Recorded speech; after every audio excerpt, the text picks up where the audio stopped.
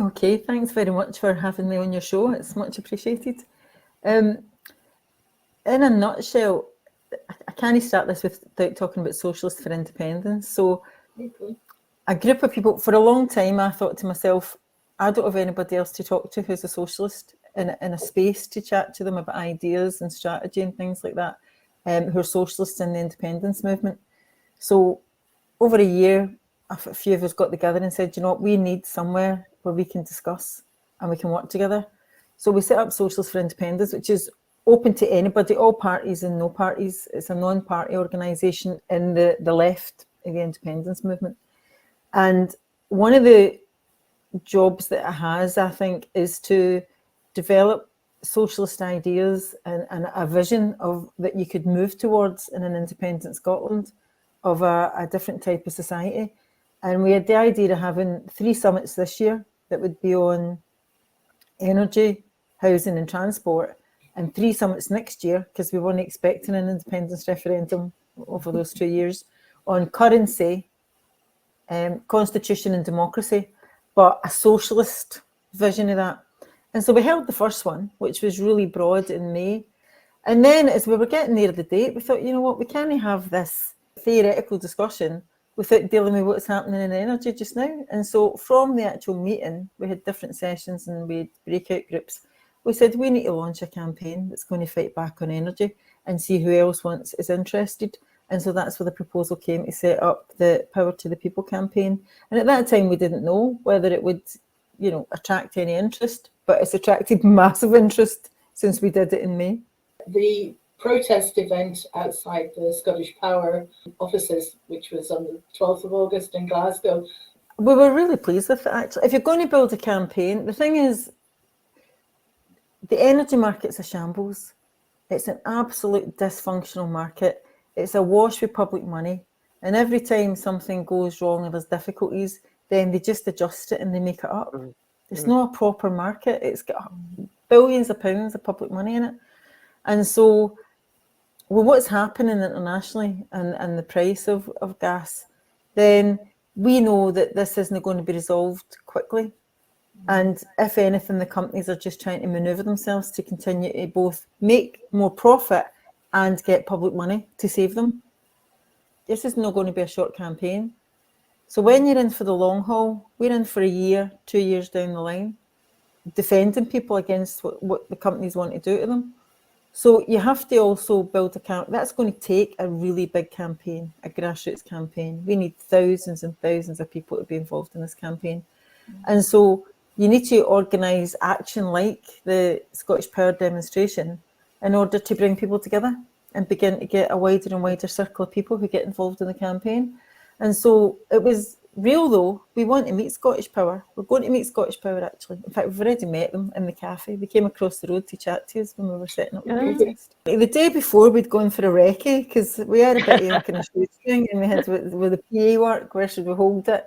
And it had security outside it because a few groups had been inside that week. So I went up to the security guy and said, listen, we're not here to do anything. We're just here to do a recce for the protest tomorrow.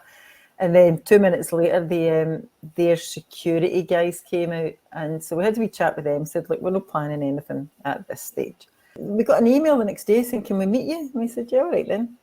And we thought, well, it's the security coming to meet us. And then we got the guy who's liaison with the government and the PR woman. And then we went into the energy market. And I'm like, this isn't, you know, the people we thought we were going to meet. And what people here is that they wanted to discuss with us about a price freeze because their boss, Keith Anderson, had already proposed this in April.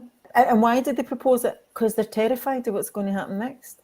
And they're afraid, one, of the anger that it's going to provoke, but they're also afraid that if, with the price cap on, that they're not going to be able to pay dividends or profits to their shareholders. Remember, that's who he's interested in, on his £1.15 million salary.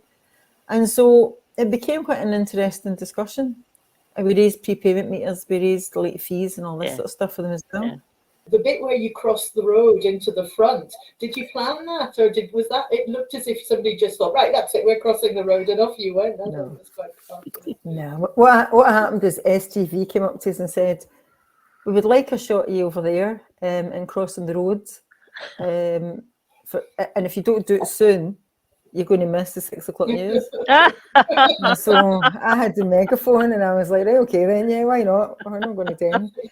But we sent Matt over to tell the police we were going to do it, but he didn't tell them the right story, so they didn't know. They were a bit miffed. But yeah, we just said, right, okay, we're going now, so let's just go. No, it was totally impromptu. But what was interesting about it is once we got across the road, we were going to come back. And the protesters just decided, no, we're staying.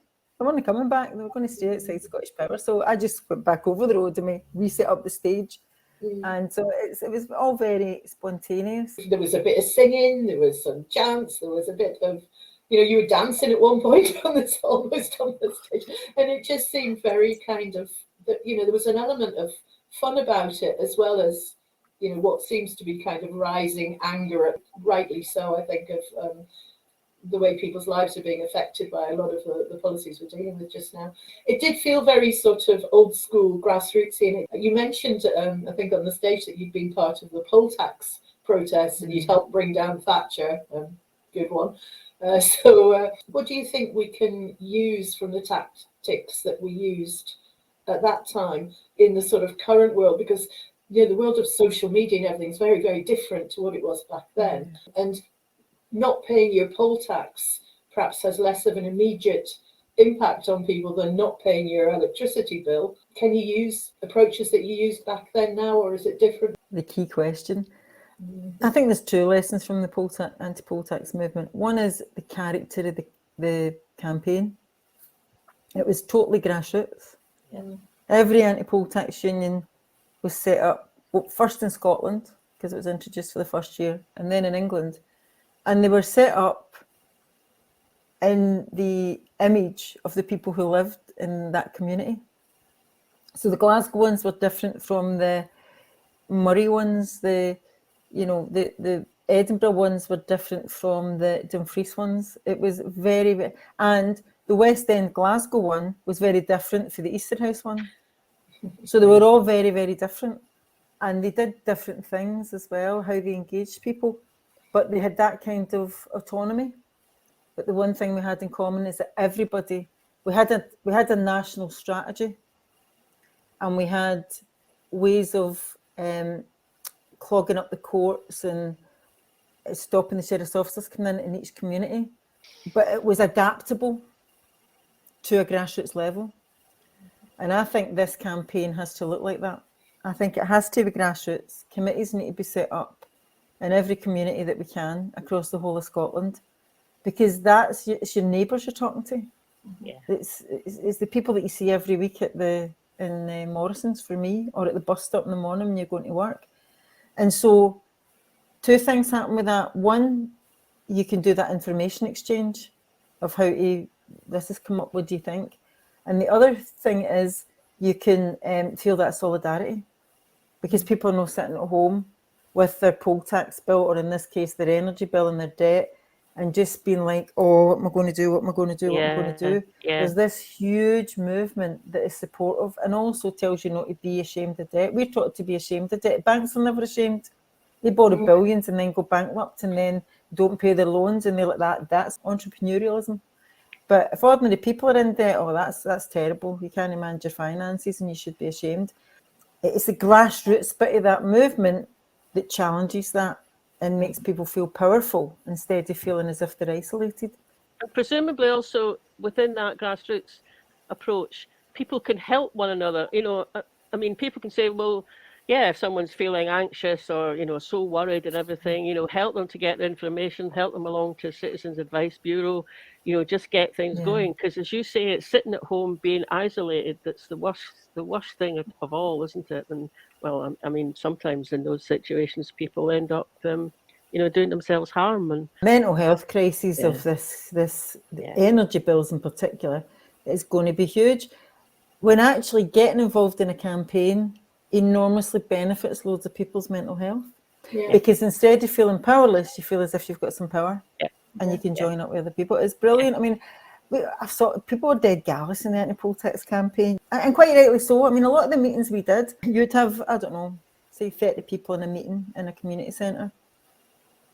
Probably when you went in, most of them were afraid, were scared, they weren't sure if they were not going to pay or not. And they had to be convinced. And what convinced them was that collective. And even when they left the meeting, we still weren't sure they were convinced, because people weigh it up. They take time to decide whether or not they're going to take part in this campaign. And the role of the campaign is, and the people who are at the forefront in it, is to give confidence to people that if they take this stand, they're not going to be alone. In fact, they're going to make about 200 new pals if they in their area, if they actually decide to do this. That's a leap, but you need a campaign to do it. And that's why the Scottish Power protest is so important, and the other things that we're going to organise, because it gives people that confidence about the collective. Most of the very positive responses, I have to say, people saying, good on you, wish I'd known it was coming and all that. But then a couple of people going, why are you doing this here? Why aren't you protesting at Holyrood? And a couple saying, why aren't you protesting at Westminster? And what you've just explained there about the power of being part of a grassroots campaign, it isn't particularly about where you're doing it, it's about who you're doing it with, isn't it? And that sort of solidarity is the bit that the jigsaw they're missing. It's interesting with energy, just it's another one of these things, where actually does the power lie to fix things? Is it the energy providers? Is it Ofgem? Clearly not. Is it Holyrood? Is it Westminster? Well, the energy system in this country is a total shambles from beginning to end. So all of those people have got a stake in it. So the energy companies, they just want to make profit for the shareholders. That's it. That's the bottom line. And that's who they're answerable to. So going to Scottish Power, their shareholders have had, last year, the big five made £7.7 billion, and they paid it dividends. So protesting against Scottish Power is part of the campaign. The energy companies are not getting off the hook. They could implement a price freeze, open the books. What reserves do they have? They should have been putting money away for a rainy day instead of giving it to the richest people. Their shareholders are the richest people in the world. So every year they make more and more and more money, no matter how much we pay. So we were saying to them, you need to take the hit. The other thing about Scottish Power was we want the late fees cancelled. It's money for nothing. £10, £20, £33, £95. And handing over a debt collector, it's an industry. And so we want them cancelled, and we actually think we can win that. And the other thing is we want no forced prepayment meters. And we also want a lower tariff on the prepayment meters. So absolutely. We've got 3 demands, and 2 of them immediately Scottish Power as a company could implement tomorrow. So that was one of the reasons we went to Scottish Power. But I think you're right. Holyrood is a bit of a different kettle of fish because energy isn't devolved. And I'm not letting the Scottish Government off the hook, because they've not come out and said they're in favour of a price freeze. One of the areas where the Scottish Government can intervene, and it'll come to this, but at the moment we're concentrating on a price freeze on the 1st of October, is when it comes to debt, because loads of areas of debt are devolved. And we want the Scottish Government to use their powers to protect ordinary people against big companies who are chasing them for money, which is a multi-million-pound industry, just ripping people off who've not got enough money. And there's a guy called Alan McIntosh, and he's written a bill called the Cost of Living Debt Scotland Bill, and it's got about 8 points in it. And we want the Scottish Parliament to pass them. It's things about wage arrestments, bank arrestments, how much money you can keep, whether people can come in your house and take your goods away. There's loads of things like that. So we want them to pass that. Well, it's going to happen anyway, but we're going to get to that stage. If you're going to intervene in this at all from the point of view of Nicola Sturgeon and the SNP, then that's the place to intervene to protect people. And then we'll be able to see whether they're on the side of the big companies or they're going to be on the side of the people. So we would go to Holyrood for that. And as for Westminster, I mean, is there any point going there anyway? I mean, seriously? Well, at this stage, they're not going to listen. I think what's going to make Westminster sit up and listen is if there's protest across the country. Instead of going to Westminster, we need mass protest. We need pensioners to protest. We need young people to protest. We need women to protest. We need everybody to come onto the street. And will that happen before the 1st of October? I think in Scotland, we'll be able to bring pressure to bear. We've been contacted by a group in Liverpool who it's very similar to us, who want to set up a campaign there with very similar approach and ideas about it. And we've said, yeah, get on with it. Well, we're about to say, yeah, get on with it. And so I think it could happen very, very quickly. So we're hoping for that.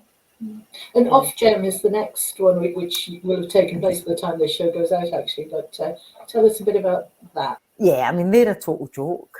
I mean, they really are a joke. Every single decision that they've had to take on green subsidies, on profits, on grid charges, all of that, on prepayment meters, they're just in the pockets of the companies. They're not independent. They do seem to be protecting the interests of the energy companies at the expense of the consumers. Well, the standing charge is a joke. The power company said to us it's an antiquated charge. And also, we pay more in Scotland than they do in London.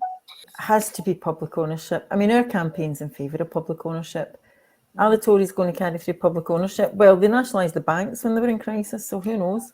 What the energy companies are terrified of is that they end up in that type of financial crisis and the government is going to come in and take the keys back because there's no alternative. Yeah. I'm in favour of that, by the way. If they can't run energy under these circumstances, then they're getting paid a fortune to do it, then gives them back again. You just have to look at what's happening in the water industry. We've got publicly owned water, and look at what's happening with all the English privately owned water companies right now. Yeah, it's interesting, isn't it? But there does seem to be something else that's going on with the energy, because you've probably seen these maps of Europe around at the moment, or certainly on social media, and they give you the cost per kilowatt hour in all sorts of different, European countries, and they're all about the same. Apart from Britain, they're all about the same. They're coming in at about, I think it was something like 145 or something, same sort of amount of money. And then you look at the cost per kilowatt hour that we're getting charged in the UK, and it's triple that amount. It's probably something to do with Brexit, which maybe there's something in that, but presumably it is to do with the way that our electricity companies are running it and set up. But it's not as if electricity companies over the rest of Europe are all nationalised, because they're not. So there's this huge kind of disparity. And what really annoys me, Frances, is that you never ever on mainstream media get that pointed out. You never get Kirsty Walk sitting on Newsnight going to someone, why is it? Look, here's this map. We've checked it. It's correct. Why is that happening? That's just so frustrating. Yeah, I agree with you. I think the energy, Roland Cook, who came to our social summit on energy, they've done a lot of research in the European market, and he works in the European Parliament. He's a socialist. He works for this kind of think tank, and he showed us a video. In fact, we should get it out. It's a wee video, but it's the market's more regulated, but it shows you where your energy comes from. So part of it might be renewables, part of it might be nuclear, part of it might be biomass, part of it might be coal. Yeah. And the top bit is gas. The very small top bit is gas. And the question he's posing is, why are we being charged for all our energy at that price when this other 3/4 of the energy we use actually comes from other sources that are not at these prices? And it's smoke and mirrors. They don't want us to understand it. You try and understand your energy bill, by the way. Oh, God. I'm not stupid. So neither mine. I can't do it. And I've tried to understand my energy bill, and they've made it more complicated since January. Actually, I've got a different format. When I plug in my plug, which party it comes from, which company? It's an absolute. It's ridiculous that we've even got a privatised energy market in Scotland or in the UK. And I think you're right. And I think it's because we're not as regulated as much, and Ofgem are in the pockets of the government. I mean, let's be honest, these people in the energy companies are the pals of the Tory government. I think a figure came out last week that between the House of Lords and MPs, they've made nearly £750,000 through their shares in these companies. Just kind of, looking a bit more broadly, and hopefully it's going to be a referendum in just over a year's time, and already a bit of campaigning sort of starting up. And so we just wondered, when we've got you here in the studio, just to kind of ask, if you think, is it the same kind of campaigning that is needed in the second Indy campaign compared to the first, and you know, there was lots of great stuff, wasn't there? There was, you know, there was some groups that just really focused on going to Chatham Doors and getting people to get themselves on the electoral roll and get them, you know, so able to vote. And then there was, you know, it was great public meetings kind of set up. Really good speakers came to the fore.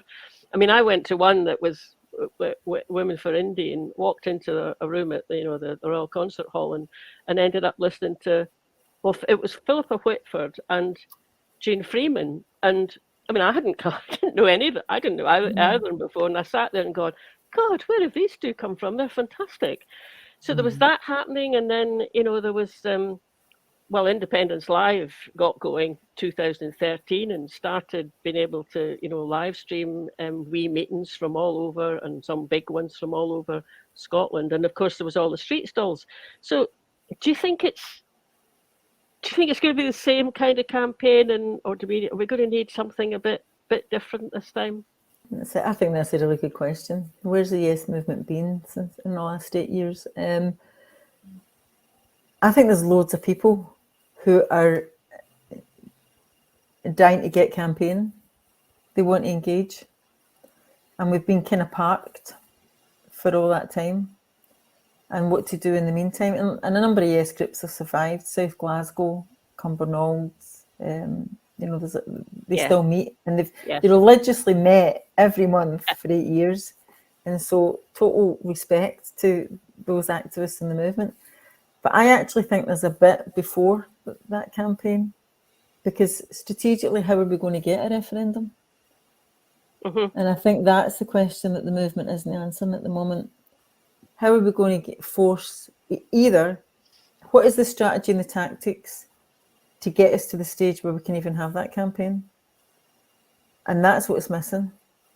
And the good thing about Socialists for Independence is we can work with, talk to people in the independence movement who are no socialists, but we can also work with and talk to people who are in the other side of that discussion, but who are socialists or who are in the left. And there's an important point here, because there's loads of people who are in that other side, don't support Yes, but they do support the right of Scotland to determine its own future. So is there ground in the middle there? Is there a bridge where the whole of Scotland, not just the Yes campaign, says to the Tories, who are you, posh boys in London, to tell us in Scotland that we're not entitled to decide ourselves? We're Democrats. This is the democracy of our country. So I think the discussion is going to end up, or the campaign that we need to discuss is a mass democracy campaign in Scotland for the right to decide, before we even get to that bit where the Yes campaign emerges again. We've not got a massive window for that to take place between now and the court case, which is either going to confirm or deny our right to have a referendum, because that's going to be this October. So do we have time? Well, maybe we don't need that. Maybe we don't need time before that Supreme Court case. But it does strike me that however that court case, whatever they decide,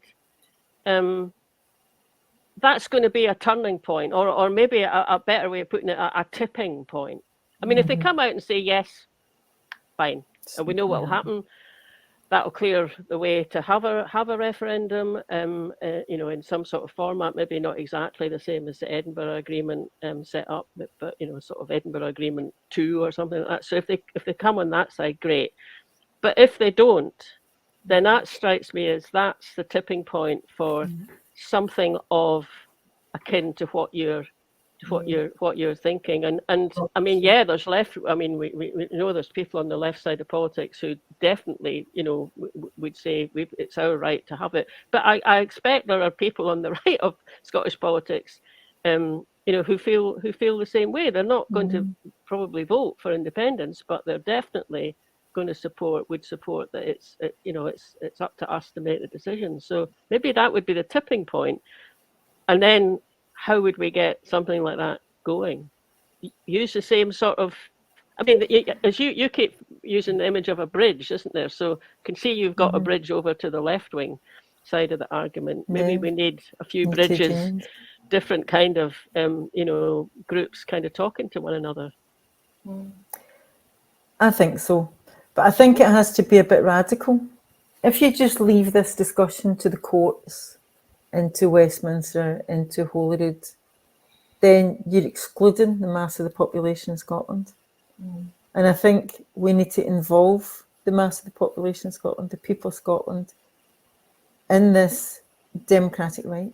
I mean, there's a whole history of countries who have fought for their right to decide whether they're independent or not. And so there's lots of tactics from that. So the reason I think it has to be a bit radical, though, is because I think that the only way you're going to get it, you have to think what's going to hurt Westminster, what's going to hurt the City of London, what's going to really bring pressure to bear. Mass protest, yes, that works, but we need other tactics other than that. And I think that's what we need to discuss. And also we need, I'll talk about that in a minute, but we need to take it to England as well. I was just after the independence referendum the last time when we were still in the defeat phase. I went to London and with my partner at the time, we were in the art galleries. We were in, I can't remember, it's the National Portrait Gallery. And he was walking around and he said, he's a photographer, and he said, every fourth picture's ours. And I thought, wow, never thought of that.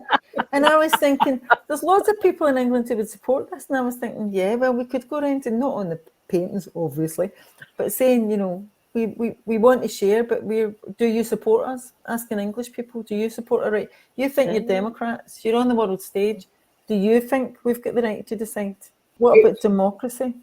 On things like mass civil disobedience, because I've been talking about this, I've been discussing with people about it, about types of ideas, and I'll just give you one idea. Now, it probably isn't a goer, but this is the type of thing we need to think about.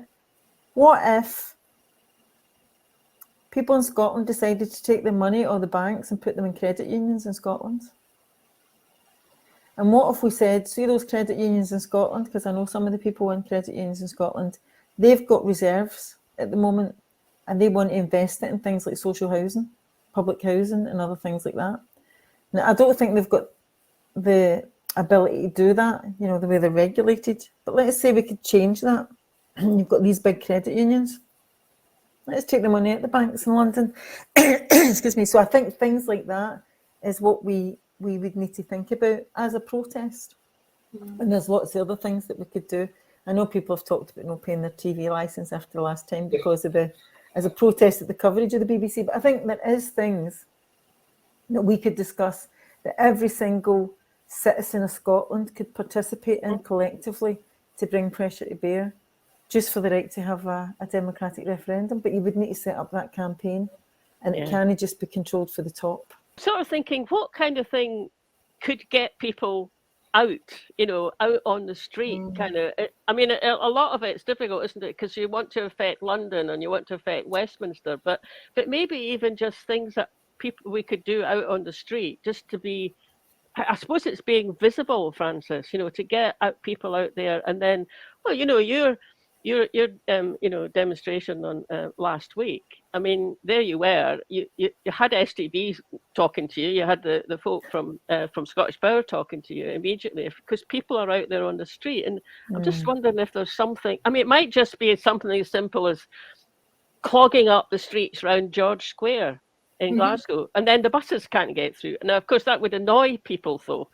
That would annoy some folk who are on the buses. Or can you think of other things that would just spark a kind of imagination somewhere and also get picked up by mainstream media? Because that's the point, isn't it? It has to get picked up. Yeah, I think it would have to be visible in the streets. I've got good news for you, by the way, because I've been teaching politics since I came out of Parliament, so 14 years, I can't remember anyway. And before the independence referendum, they had to take it. They didn't get a choice, but most young people weren't that interested in Machiavelli. And but since the independence referendum, young people, so that's 8 years, during that time, there was just an eruption of interest. Yeah. And see the 16 and 17-year-olds, they were so up, or the ones who were just younger than that were so upset that they couldn't vote. My son came to the polling station when he was 15, but he'd be 16, didn't have the right to vote, but knew it was a historic day. This was big, wanted a photograph taken with the polling card and all that. That was the moods of inspiration at the time. Exactly. Yeah. And young people now are dead interested in politics. And they're very clued in about their rights, which is a good thing.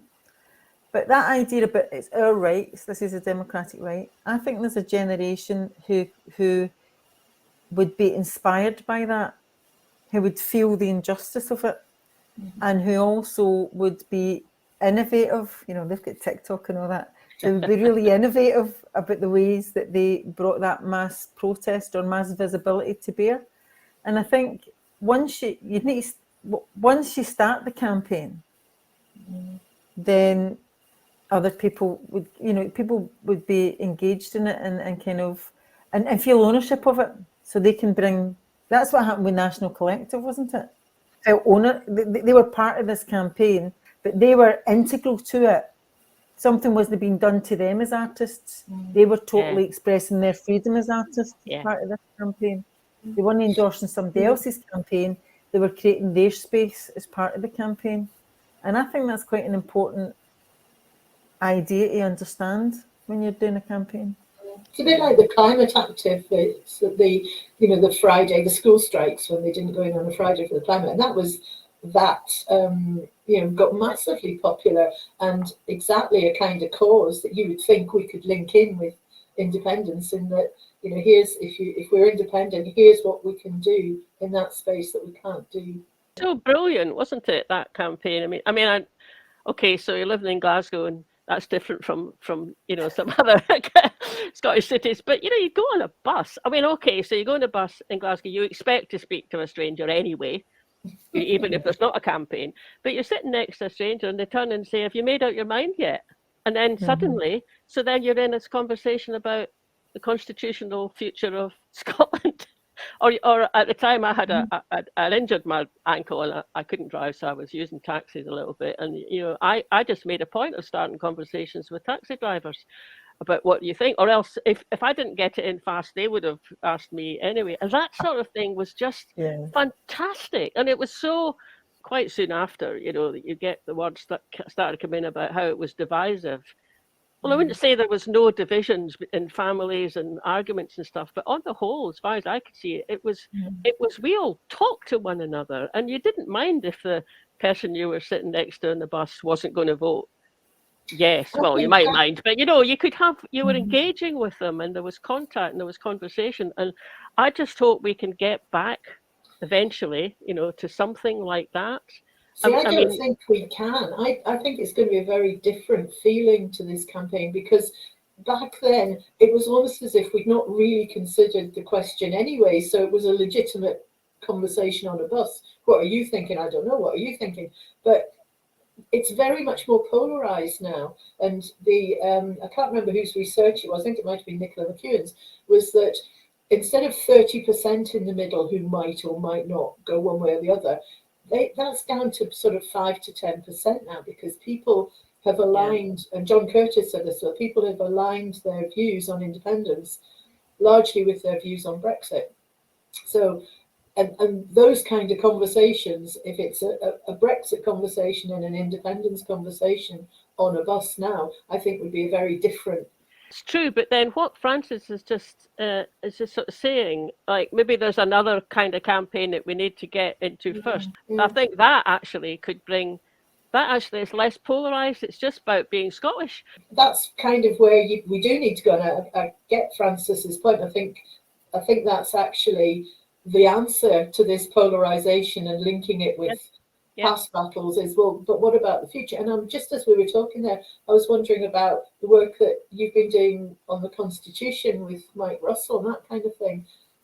Is there potential in that to have more of a conversation about what kind of country do we want to be? Yes, exactly. A sort of consultative group drawn from the Yes movement that Mike Russell's put together, and he's working with Elliot Bulmer, who's a constitutional expert and works with third world countries about improving their constitution. So it's at the draft stage at the moment, and I think once that gets out and is being discussed, that's also something that could bring it won't necessarily persuade people about independence, but it will. It should, if we do it properly. I think that should mean that we can have a conversation about what kind of Scotland do we want, and what do we want in it, and it's it also, this isn't a group of people writing a constitution for Scotland. It's a group of people coming up with what could be an interim constitution from day one of being independent to a few years down the line, when you've got to have properly set up citizens' assemblies coming up with a properly thought out and democratically agreed constitution. But I kind of, it's read through. It's quite tough to read through because it's quite dense kind of material. But there's some things in it you go, oh wow, that'd be great. And like some of us are going, can we not have something in more about land reform? But what about not having people having second houses? So at times Mike's sitting there going, well, yeah, and hopefully we could have that in the eventual permanent constitution, but maybe that we can't do that at the moment, or that would be legislation, not what you'd put in a constitution. But that kind of, it could be a focus for talking about the kind of Scotland that we want, and what you've described, that free campaign, that could be another focus about, hey, look, we maybe don't all agree about being independent, but surely we agree that it's up to us to have to make that decision. Part of the other campaign, the no campaign, which is totally anti-Tory. There's big sections of working class people and others, trade unions, who are totally anti-Tory, so they don't want to be run by the Tories in Westminster, and so there's common ground there, is my point. There's common about ground. how dare the Tories tell us who are these people? How do they get to tell us whether or not we can decide? That's interesting. No, Marlene, can I ask you then? So is there going to be some sort of draft?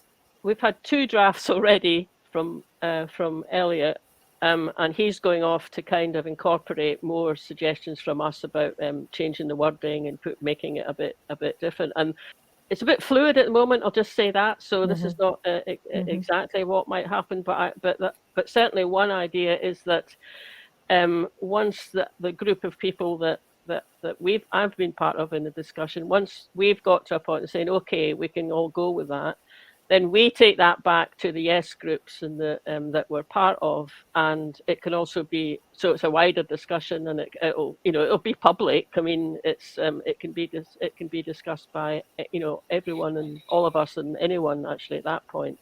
It's a way of bringing the no side into the conversation, isn't it? Because it can't be a document just for yes. It has to be a country for everybody. So you have to find a vehicle that you can bring the other side in to get their input. That's true. But if you know, people who are anti-independence are not going to join in at the moment in a group of folk who are coming up with a constitution for an independent Scotland. I mean, no, unionists will not join in that. So that's why they're not in it. But once it goes public, then I think that's different. Then well, they may also just say, oh, well, we're not, we're never going to, we don't want to be independent, so we're not going to listen to it. But I think some people who are maybe a bit more in the middle in that 10%, say, could look at it and go, oh, well, that's interesting. And it just becomes another kind of platform to talk about things with people, because as you've kept saying, you've said a few times in this conversation, Frances, it's about getting people to talk and at the grassroots level as well, not from the top down.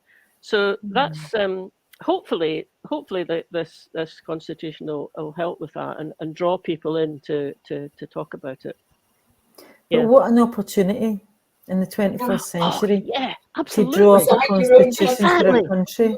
Absolutely. I mean, the idea of democracy, I don't know what's in it in democracy. You mentioned citizens' assemblies. I'm hoping they're going to be a really important part. I think most people feel, and this is not just in Scotland or in the UK, I think it's a global thing, that they just don't have any influence. That there's these people at the top who decide everything and we can't influence it. Whole countries and whole continents are opposed to certain things on climate, for example, and nothing happens. And there's a whole issue about socialism and that as well, about who controls the wealth and the resources of the world. But my point here is, imagine that we could use new technology where everybody could participate. We could have our online Scottish app which would encompass everything from our Facebook, Twitter, Instagram, God knows about TikTok. It'd have that aspect to it, but also there'd be another bit to it, which would be participation in decision making at all sorts of levels, your local community level, but actually not just be a talking shop. Give people control over their communities. Or if you work in the health service, then, or you use health services, then you've got this this place that you can influence what happens there. And so that idea of getting citizens used to participating in the decisions that affect their lives, the buses in Glasgow, you know, education, if we're changing to something, even now at this stage, it all happens away up there. And we don't get, ordinary people don't get to say. And the idea that you could have an online rolling 24/7 participatory democracy, what a revolutionary idea that would be, by the way.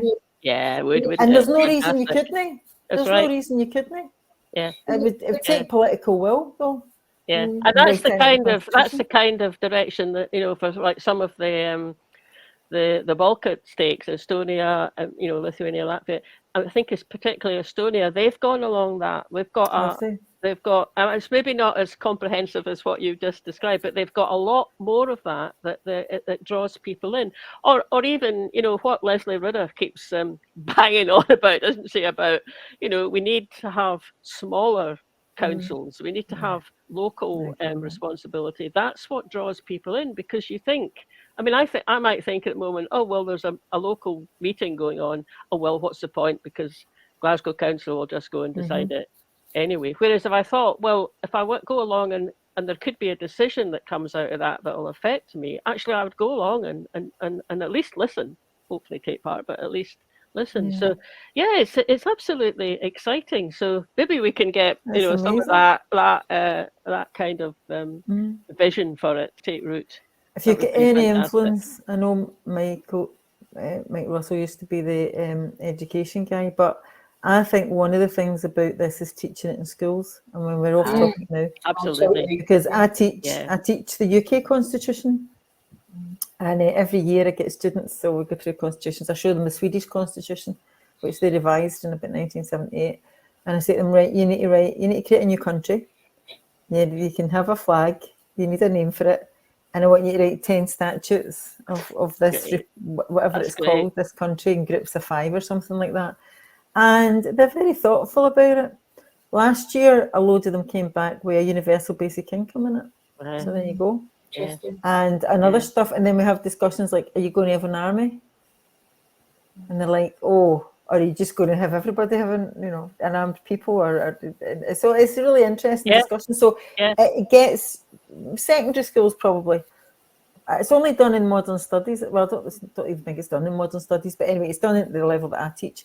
But I think that idea, if we're in the run-up to it and we're going to go through a transitional constitution and then, you know, a more permanent constitution, then by the time they get to be adults, they already understand what they're talking about and why they should have a say in it, you know. The young people have got differences of opinion. There's been a few contentious issues. One was about everybody should bear arms. So one group was a couple of years back, a couple of young guys that were saying, everybody should have the right to a gun.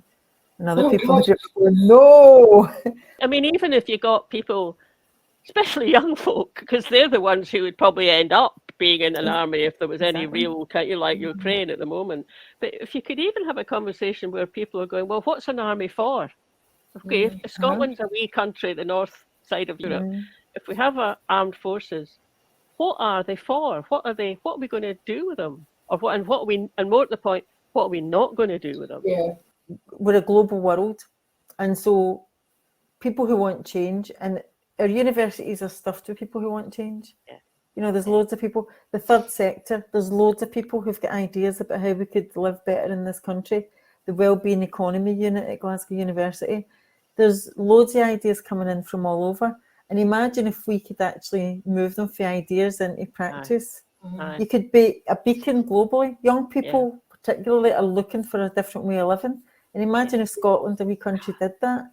and we actually showed you how you could do it. How exciting is it to be young in Scotland at this point in Yeah, time? exactly. Yes. Yeah, It's exactly. just amazing, and you could Yeah. actually have that influence, a global reach, which we don't have at the moment. I just think it's so inspiring. Just been fantastic talking to you, Frances. I've And totally I mean, enjoyed it.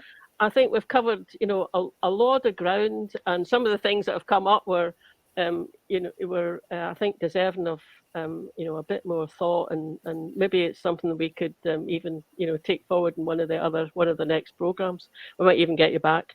But thanks so much for coming. Thank you.